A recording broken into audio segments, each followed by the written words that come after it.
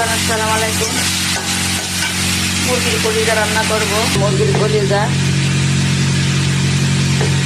Husband খায় না, কলিজা খায় না, নাম দিলাম। বাংলাদেশের গরু খাসি কলিজা কত মজা না। এই দেশে খাসি গরু কলিজা শক্ত বন্ধ করে, কারণ আমরাও খেতে পারি না, খালি বলি বাংলাদেশের মতো লাগে না। আর মুরগির কলিজাটা তো মোটামুটি ভালোই লাগে।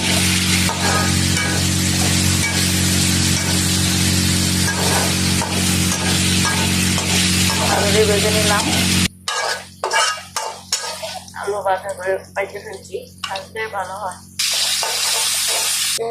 দারচিনি, হলুদ, মরিচ, আদা রসুন দিলাম, পেঁয়াজ বাটা,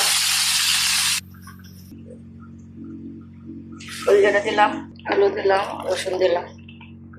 আমার কলিজা বোনা দিয়েছি।